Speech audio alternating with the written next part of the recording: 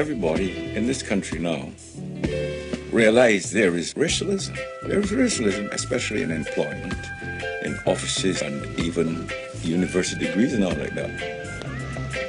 My Uncle Tom, he was white. I used to have to go in a back alley, or back entry you would call it, if I wanted to visit my other uncle. The teachers were overtly racist and treated us accordingly. We weren't treated as individuals. We were treated as a group. You didn't think that you would be discriminated just because of the colour of your skin. Whatever they put on the front page, it's always very black youth did. Yeah, so or black this, black that. It's always something very bad. Muggers. But if it's white, it's just muggers.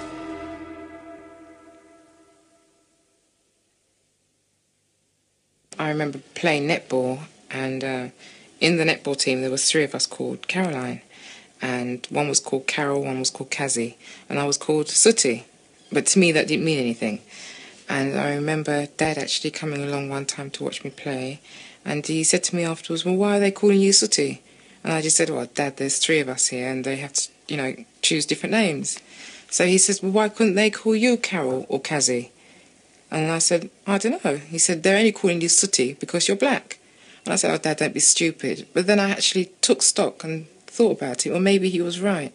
And that's when it hit me that maybe there was such a thing as racism. The roots of racism were planted long ago. Perhaps it helped to justify the inhumanity of slavery when Africans were shipped as a commodity. The myths about those from the Dark Continent were embellished during Britain's imperial reign. Grace Wilkie, who is now in her 70s, was born in Liverpool to an English mother and African father. She was soon made aware of racism. The Africans, a lot of them married white women, you see. And I didn't see the harm in marrying somebody if you liked them. And I don't see why anybody else should, you know, and I think it stemmed from there.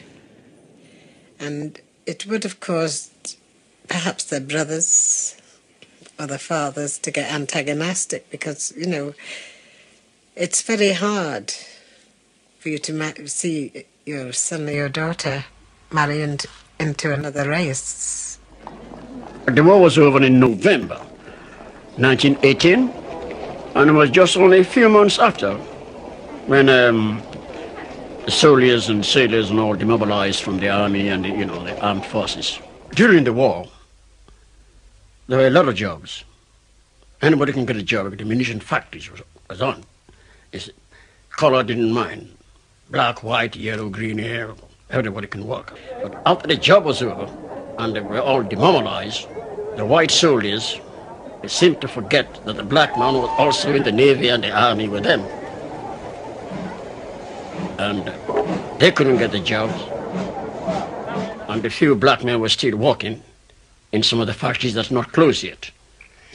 And they demanded that these black people would leave the factory so they can get in. They were Englishmen. These black people were savages from Africa. In those days, every black man was supposed to come from Africa. They never thought about the West Indians or anything of the sort. So the race riot started.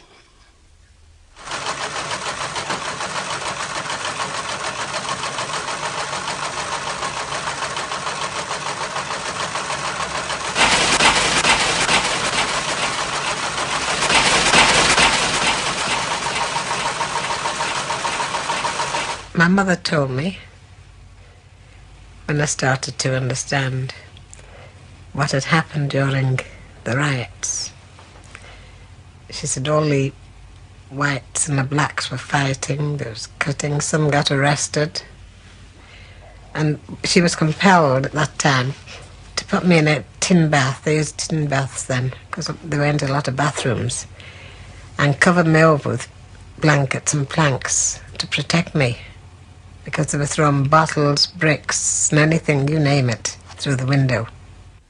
A friend and I, a West Indian from St. Lucia, we were going to see a friend in Brownlow Hill, Liverpool, this was. And we took the tram to the Adelphi Hotel. And we had to turn right to Brownlow Hill, where the friend we were going to see lived. As we get off the bus, this gang spotted us. Here's some more niggers. Before we knew what was happening, they were chasing us. So we ran like hell. While running, on the left-hand side of Brownlow Hill, I can quite remember it just like yesterday, a woman opened the door. I mean, they were all white women, there were no black women in those days, so my friend and I ran around the corner into the hallway, and we found the door open. The woman shut the door, and we went upstairs. They made us a cup of tea while she looked through the window to see if everything is all right. And it wasn't long after when she said, okay, you can go now. Now, she saved our lives. Lives were lost in the riots. Charles Wotton, a young Liverpool seaman, was chased by a mob 200 strong. They threw him into the Queen's Dock and hurled stones at him until he drowned.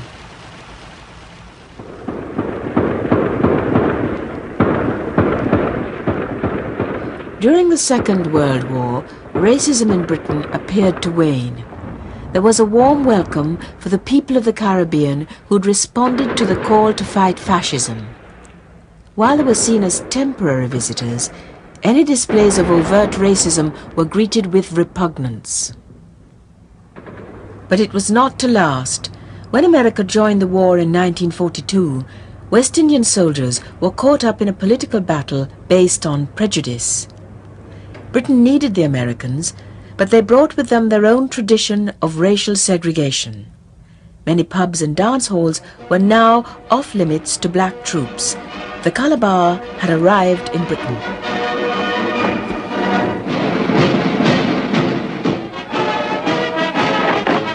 One, two, three, four.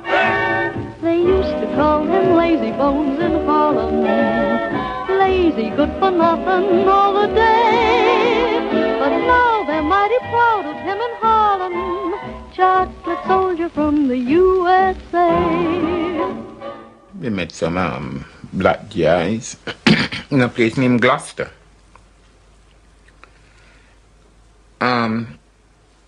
When these black guys came here and they saw us and they saw how we live together with the English people, man and woman, that is something unheard of in America. Well, goodbye, man. Goodbye. It's been very nice meeting you both. Glad to have met you, I'm sure. Funny you should come from Birmingham, too, isn't it?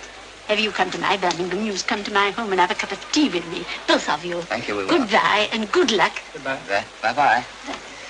Well, where you going? Well, I think I'll get some cigarettes. I'm short, too. Well, I'll get some. Good. Now, look, men, you heard that conversation. That's not unusual here. It's the sort of thing that happens quite a lot. Now, let's be frank about it. There are colored soldiers as well as white here, and there are less social restrictions in this country. Just what you heard, an English woman asking a colored boy to tea. She was polite about it, and he was polite about it. Now, look, that might not happen at home, but the point is, we're not at home. And the point is, too, if we bring a lot of prejudices here, what are we going to do about them? Black people were forced to do something about prejudice. In 1943, the cricketer Leary Constantine worked with the Ministry of Labour. At a hotel in Russell Square, he was refused a room on the grounds that we're not going to have all these niggers in our hotel. Discrimination was not illegal, but Leary Constantine won a case of personal distress and injury. During the war, such incidents were rare. After the war, you find quite a difference. Everybody started to go back into the little pigeonholes that they didn't used to. So that really was the difference I found out. The war and peace. And then they'll come back during the war. They say, oh, colored gentlemen come to help us. After the war, they say, why don't you go home? I think things changes sometime in the late 40s and 50s, more or less in the early 50s.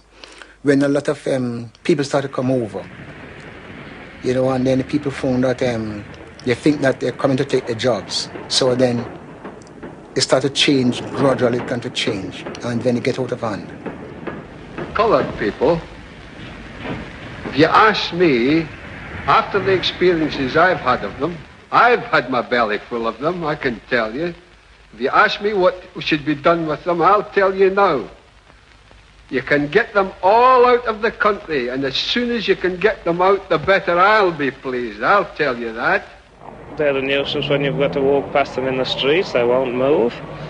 They're a nuisance at work, they won't work. And for folks who got them living by them, they're a more nuisance still. Well, I think it's pretty awful. I think they should live in a district all to themselves, because I've got to bring this little boy up amongst them, and they're not clean, and the smell of the cooking makes you feel sick. You get the smell of the cooking upstairs in the bedrooms, and then they spit about and use the entry as the toilet. There are good, realistic reasons why objections have been raised. First of all, the ones of personal habits. It's been said that a coloured worker having his soup in the canteen finds a piece of bone and spits it on the floor. That's something that the average British worker doesn't like. Secondly, too, some of them wash with oil. Oil with a strong smell that can be very unpleasant if you're working close to them. And then, of course, there's the understandable fear that's always present with so many people of what could happen with British girls. Ignorance colours a multitude of sin.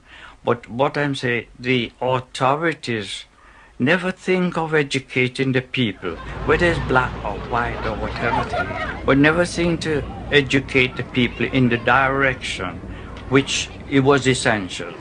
If the educational body had started at the early days when that influx of people was coming into this country and educate the people, a lot of things that happen in these latter days would never happen. Those days you felt more you're out on a limb, like, you know, they said it could have been horrible sometimes, you know. Even as a guard on the train, you would get old ladies coming out. I would try sometime to help them to get on the tube, and you see little Shania.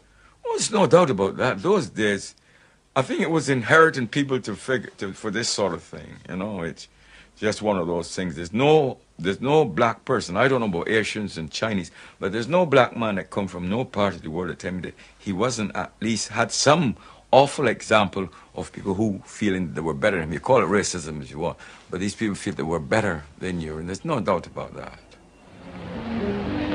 In the city's dance halls, nobody is barred, but coloured men are not encouraged.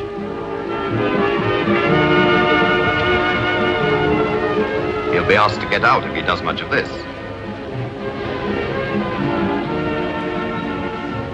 In the early 50s, black people were barred from many public places. The colour bar had become a British institution. A Tory MP, Cyril Osborne, called for immigration controls against what he called shiploads of lepers. The mood of hatred stirred one of the first of the youth cults, the Teddy Boys. There was a crowd of Teddy Boys. Those days, the Teddy Boys wear these zoot trousers and all. Had girls with them too, but they were big news, you know. They used to beat up people and all that, and some black people who were known to have beat up badly and so on. So I was met with this crowd of people in the dark. I don't know if you know Charing Cross Road. In the best of times, those days, it was even worse. I said, Lord have mercy. I felt to sink. Anyhow, they come and they gathered round me, and one of them said words, if I don't remember the words, let's get him or something like that. Well, let's get the blacks and so. And they started housing me round, and I started hitting out one time. So I pulled off one of my moccasins and started hitting what is a moccasin shoe. Anyhow, it kept them off, but when I saw that they would have got the happen on me, I took off and left my shoe. One shoe went up and gone. And they ran me from down to the bottom of Charing Cross Road, up to Tottenham Court Crossroad. The taxis were by the Dominion taxi, and there were 2 taxis standing there. So I run and jumped in the taxi. So I was like, but these feet saved me. I run like anything else, man. In 1956, the Suez Crisis led to oil shortages, queues for petrol, and a minor economic recession. By 1958, 500,000 people were out of work, and black people bore the brunt of the blame. When we came here first in the 50s, we were all individual from different islands, you know. Jamaican was a Jamaican individual, Trinidadian was, Barbadian was, African was, you know, it was all individual. But when the 1958 riot started, we found that they didn't specialize who they said they attack. They attack Jamaicans, anybody, while you're black. So we found that we can only unite by getting together and cut out the individualism. So then we all united then and decided to stand together and fight. And that's what caused us to get together, that riot in 1958.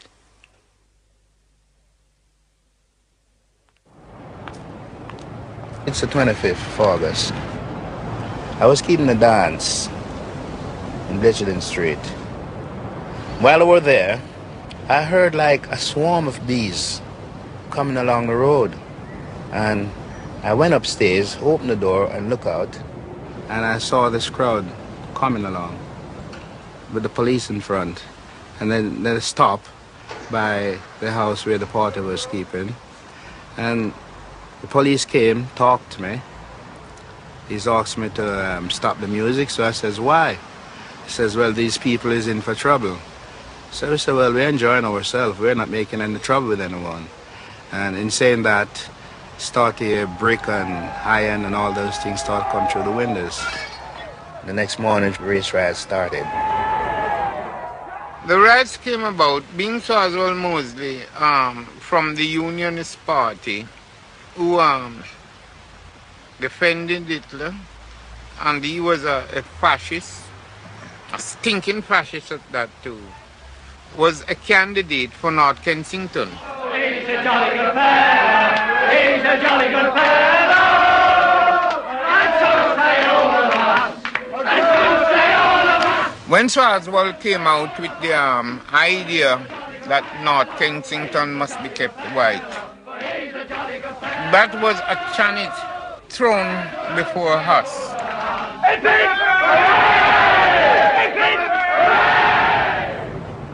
When we came here, we were only looking for work and a shelter over one's head. You see, we had was to protect our women folks, because they would just see a black woman walking down the street and box her down. It did affect me emotionally, mentally. It did trouble me a little, you know, because I don't know when they're going to strike and we're going to strike.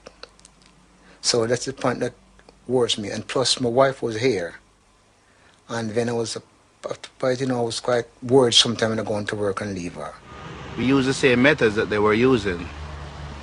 They bring violence, so we go to it with violence. And then the police comes in, and we couldn't walk 2 or 3 of us together. If we do, we're going to get stopped and searched. And such like, well, it lasts for about a week. Not straight on in the fashion in which it started, but little by little until it just phases out. I'll say this now. It started in Little Rock in America. But when we actually saw it came to us here in Notting Hill, we realize now that, well, if you mean business, let us go to business. Our headquarters was number 9 Blenheim%.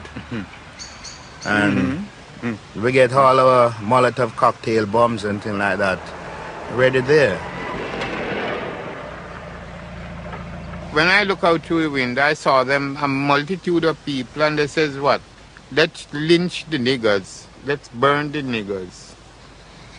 And from that word was mentioned, Only see Molotov cocktail bombs coming left, right, and center.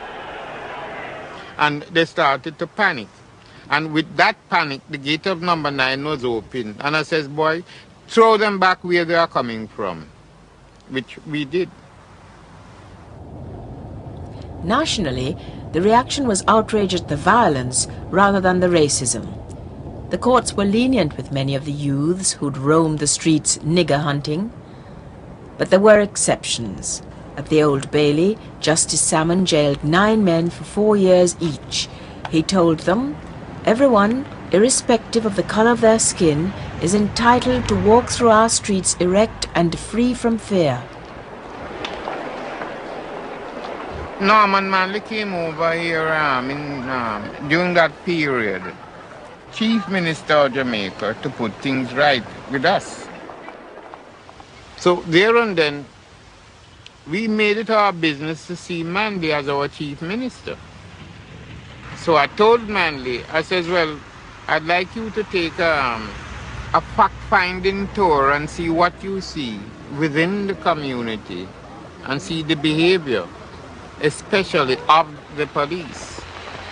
Mr. Manley, now you've had a chance to consider all that you've seen and heard this week.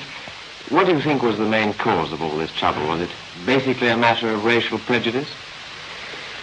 I think it is. I admit, quite frankly, that there are a lot of particular local causes, housing problems, difference of habits, fears about employment, teddy boy activity. But I think we ought to face the basic fact that color and race prejudice is the only thing that could have made these things end in disorders of this sort. Distrust lingered in the streets of Notting Hill. 8 months after the riots, a Trinidadian, Kelso Cochran, was surrounded by a white gang while walking home at night. He was stabbed to death. Because of the militant stand we put up, Kelso was ambushed and was being killed by several of those teddy boys. I attended the funeral, and there was thousands of people there because of the way he was killed, and knowing that he was killed by these animals. It was definitely racism that has caused the riot. Keep Britain white. And I was determined that Britain will never be kept white because we are here now. So how the hell am here and you're going to tell me, so to keep it white, then you have to kill me then and carry me out on the bloody box.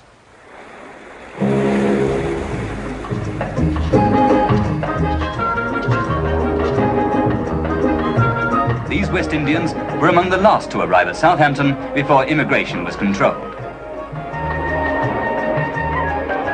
The political push for immigration control eventually won the day. The predominant view was that restricting entry would ease racial conflict. The numbers game had begun. 1962 saw the first of a string of immigration laws which were to be further tightened by Labour. This country is not alone. Every other country seeks to control immigration. But the problem, however, in this country is that it seems that the immigration acts in recent times, in the 60s and 70s, and in fact we've had another one, the Immigration Act of 1988, they have tended to have an inbuilt racism, if you like, or discrimination. And some people think that the discrimination has been institutionalized in this respect. Black people already settled in Britain also faced discrimination, especially at work. Many West Indians came with skills, but employers generally gave them menial jobs that white people didn't want. Some trade union branches tried to restrict the numbers of black workers. The arguments against employing black people were contradictory. On the one hand, there was said to be a cheap pool of labour who brought down wages. On the other, that they were lazy. Discrimination was commonplace. For instance, I applied for jobs. And when I went to the job, they said, sorry, the vacancy is full. You know, the exchange sent me to a job. He phoned the company before, he did a vacancy, yes. He said, I'm selling over somebody, and he didn't explain to who it was. And when I went there, I was told the vacancy is filled. Same thing happened when I qualified in the first studies I did, and I was looking for a job, a permanent job. And always they were telling me that I was either overqualified or too experienced or too old. So it was racism manifesting itself in that indirect way.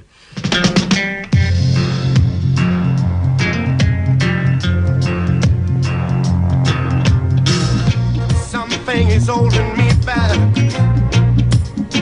Is it because I'm black?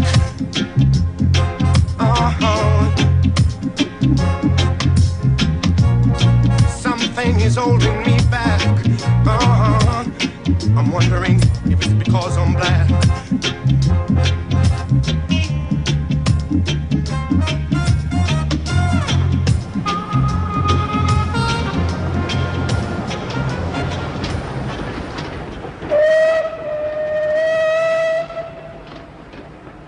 The 1964 general election saw a watershed in the politics of race.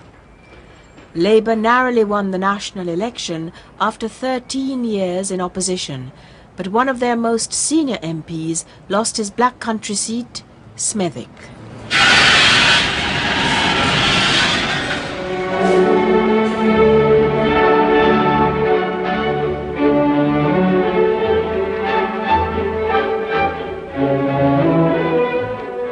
Triumphant Tories were accused by Labour of having cynically exploited racial prejudice among whites to swing the vote. Tory candidate Peter Griffiths derided Labour's Gordon Walker for trying to ignore the race issue, which he said was easy to do if you lived in Hampstead Garden suburb, but less easy if you lived in Smethwick.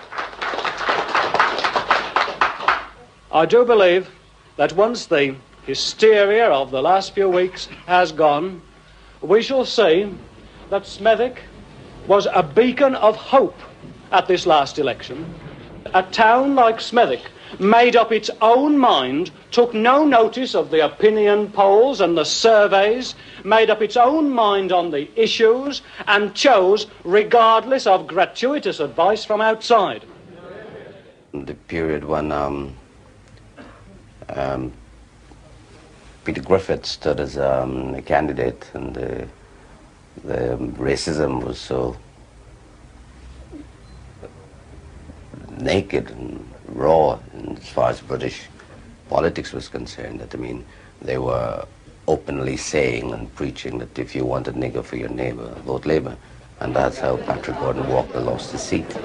And at that time, racism, you know, was becoming so, it was becoming acceptable that there was nothing wrong in people saying, you know, that they were racist. That which is something coming from the Caribbean we found very, very difficult to accept and to understand. And none of the parties at that time were prepared to come out and say something or do anything. Smethwick showed there were votes in race.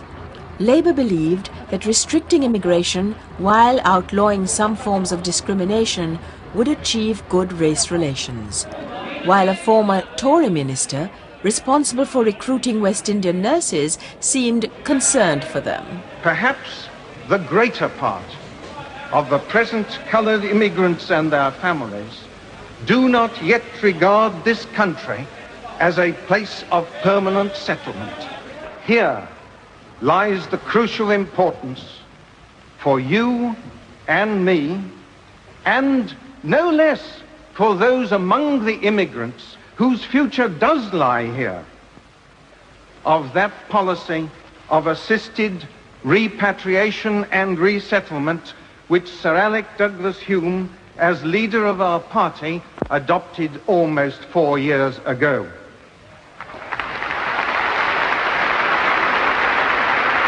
To proclaim that policy, and when we have the opportunity to put it into effect with generosity, with humanity, with determination, and with hope is a duty which we owe to all, white and coloured.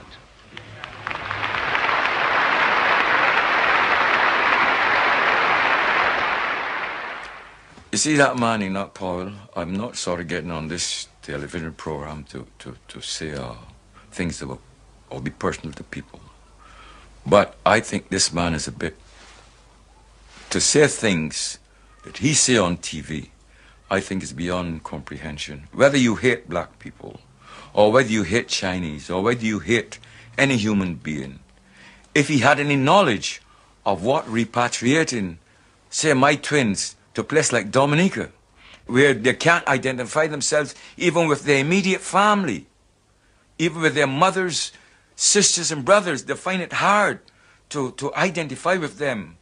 About everything, they come from a place like Scotland, which is so much different in culture. His plan is like sending them to death warrant. In his Rivers of Blood speech, Enoch Powell predicted an immigrant invasion. I spoke about the deep fears and resentments which leads to violence. I told Mr. Powell that he could not remain a member of the Shadow Cabinet because of the inflammatory nature of his speech at Birmingham. We ought to stop all immigration into this country, and if any immigrant wants to go back home, then we would help subsidize him to go back home. Now that's all Enoch Powell said. What Enoch Powell said was right. We say there's enough of them. The sense of alarm and of resentment lie not with the immigrant population, but with those among whom they have come and are still coming. This man saying things like that, I hope he redresses that before he dies, you know. He should redress it, you know, because it's not nice to say things, to incite things to happen. Because we have something to contribute here. I'm sure of that. One experience I have never forgotten. It was a very small matter. On a Saturday, I had done the shopping. It was bitterly cold. And I was carrying 2 luggages in both hands. And I met this elderly Englishman. He looked at my face, and I'm quite sure he didn't like it one bit. And the comment he made spoke volumes for itself. He said to me, "Why don't you go back to your country?" I didn't ask him anything. He just ventured that advice. It's little things like this which often could get you down. 60% of English people suffering from personal pride, pride, fear. Because you have done so much bad things to us in the past, you believe we get on top, going to do the same thing back again. Fear, that's what's killing you a lot. Fear and ignorance. Ignorance and fear. Intelligent fools you lot you are. You're going to cut because of the color of the skin. What can you do about this? Nothing. Then why you worry about it then, bro? Oh, don't worry about it, mate. What can you do about it? We're working for everybody. I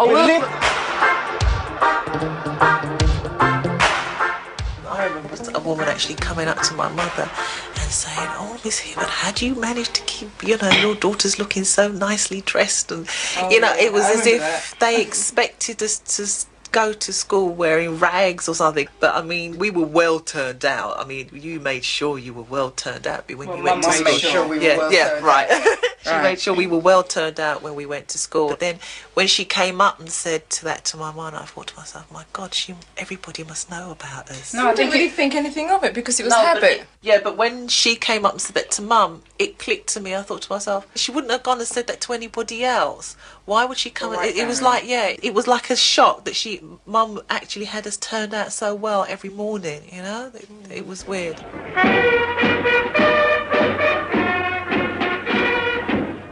The 1970s saw the re-emergence of the far right. A party known solely for its stance on race was now gaining support. The National Front, Britain's new patriotic political party. The party that says put Britain and the British people first. The National Front is the only party that says stop colored immigration.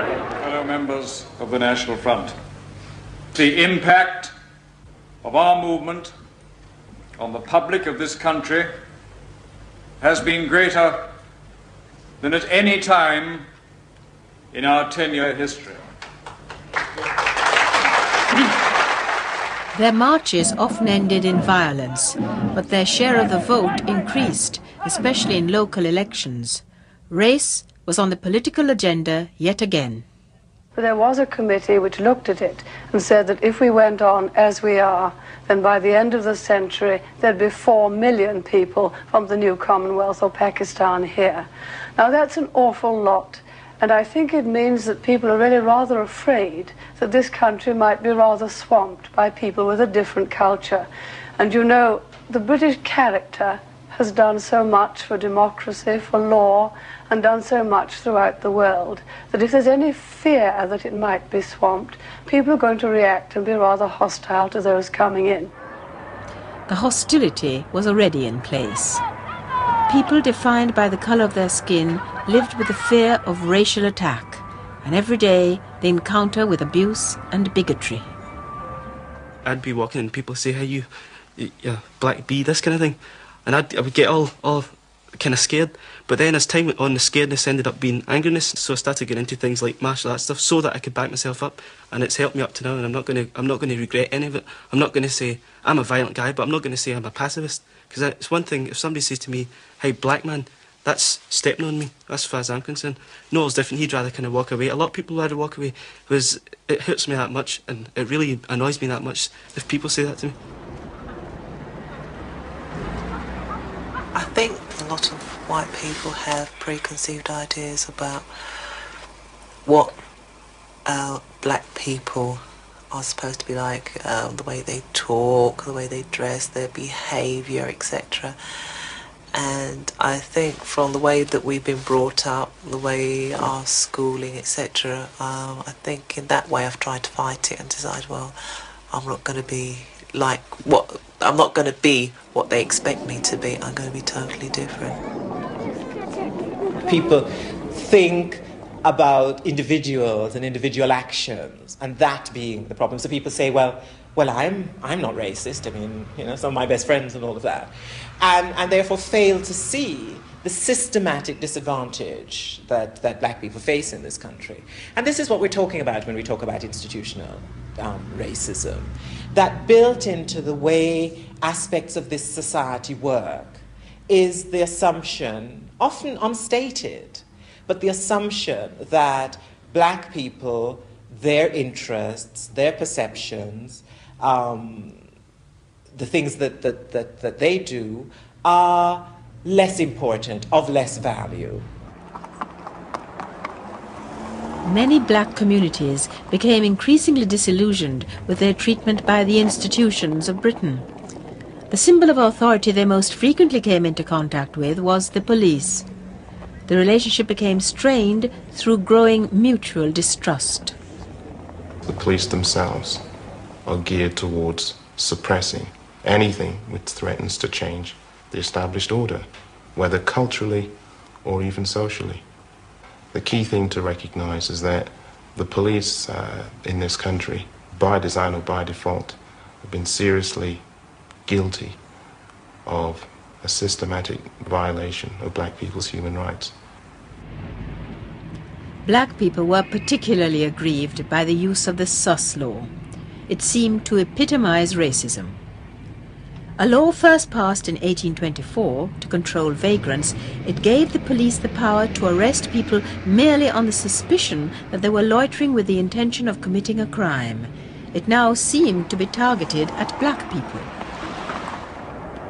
It was sus laws. We were just picked off the street for no reason whatsoever. On many occasions I remember walking down the street, you see 4 white guys jump out the car and ask you your name and address for no reason whatsoever. No warrant cards were produced, or any other form of identification, and no reason was actually given. If you ask anyone in this community, they've had to dealing with the police at some level. When I was 61 years of age, I was arrested, being drunk and disorderly. I was surrounded with police. 2 policewomen. What's the commotion? I said, there is no commotion. They said, you're causing a disturbance. I said, where? So I had leaned back on the car, you know. And I said, you know, just let us go peacefully. So what happens next is that I'm getting dragged by the arm and twisted. Then I got a kick on my shin. So I got bad-tempered then, you see, and I swore. And I said, you know, don't kick me anyway. And my son jumped in, you know, he said, leave my mother, you know, let go of her. So that he then was held. And before we knew where we were, there was a big van as well as the small one, all sorts of police surrounding us. They charged me with drunk and disorderly and assault on 3 police officers. And the jury returned a verdict of not guilty. They want to give that tag to everyone. They've got a criminal record. That's a thing I have noticed. I resent that very strongly. The police were very racist, and they probably still are. I quickly dealt with racism and said, look, this isn't a problem of mine. This isn't a problem of black people. It's a white problem. Looking at our local situations and looking at the police as an institution and as a force, because although people in the Metropolitan Police would like to convince us through some of the advertising, and some of it's quite good, that they're no longer a force but a service, you don't service people to death, you force them to death, and we're still dying. Fury intensified when a 19-year-old man, Colin Roach, was found dead inside a police station. Colin Roach went to Stoke Newington Police Station in 1983. He was driven there by a friend. The friend didn't know why he wanted to go there, and shortly after that he was dead, killed by a sawn-off shotgun, which was apparently placed in his mouth and the trigger pulled. And the police immediately notified the press to say that a young black man with a history of mental illness had committed suicide. Now, that's without any notion of his previous medical history. That's without any investigation of the shooting which took place. On the same day that Colin Roach died, his father was taken to the police station later on. He arrived round about 12 midnight. Colin Roach is supposed to have died somewhere about 11:30. And Colin Roach's father was questioned for 3 to 4 hours about Colin Roach before he was told his son was dead. And that was something which greatly distressed the father, and when it became widely known, angered many other people. College would not kill himself, so we all must pull together. We all are blacks. We all got to pull together. After the death, a number of Colin's friends and associates, young black people, mounted their own demonstration. They didn't have a public meeting. They didn't have any sort of mysterious left-wing ghost coming in to inspire them. They mounted their own demonstration outside Stoke Newington Police Station, clamouring, demanding that thing we always seem to demand these days, a public inquiry. How did he die? Why did the police tell us that it was suicide? Silence! Silence! Hollywood police! Caliban police! Western police! Shame! Shame! Shame! Shame! Shame! Shame! Shame! Shame! Shame! Shame! The inquest into the death of Colin Roach decided he had committed suicide. The verdict caused despair, and the relationship with the police deteriorated even further. Anger and frustration exploded when Cherry Gross was shot by a policeman. They'd broken into her home looking for her son. He wasn't there. A police inspector was acquitted of unlawfully wounding her. Her son was given a suspended sentence for possessing a sawn-off shotgun. Cherry Gross was left paralyzed. If I had a son, it could happen to me. It could be my son, and it could be my son that the police was looking for, and I would have done the same thing as she did, and I would get shot just as she did. So it came over to me just, that's my, you know, I carry that around in me for months. Well, I'm still carrying it, because every time I remember it, or I see her, I felt it so deep down that could be me. If you look at the United Nations Declaration of Human Rights, you'll probably find that there are at least 4 of those articles on human rights which the police systematically and flagrantly violate. And one of the key ones is the right of people to liberty and personal safety without there being a threat to that. People felt threatened when an unexplained fire swept through a party in London's New Cross. 13 dead and nothing said. Oh, what we gonna do? 13 dead and nothing said. Oh, what this world is coming to. People felt that the police were dragging their feet on the whole issue, and so frustration set in, and then they had people's anger to deal with.